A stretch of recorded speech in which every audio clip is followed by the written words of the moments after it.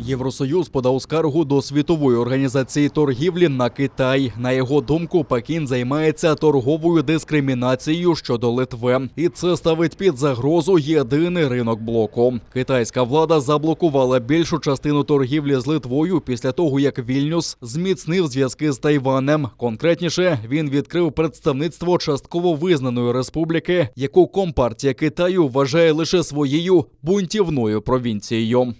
З 1 грудня китайська митниця не дає товарами з Литви зайти на китайський ринок. Найбільше постраждала галузь фармацевтики, а також виробництва лазерного обладнання, електроніки та харчів. А ще китайські компанії скасовують замовлення на литовські товари.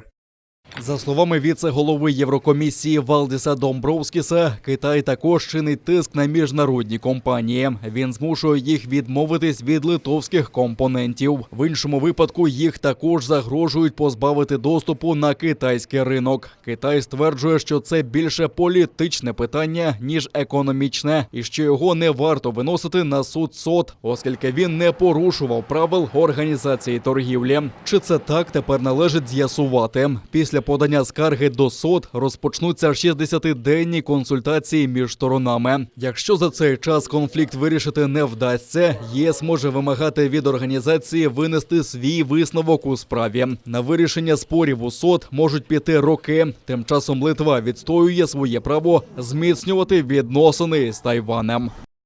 Литва хоче встановити тісніші економічні, культурні та наукові відносини з Тайванем. Це входить до урядової програми і ні для кого не мало бути сюрпризом.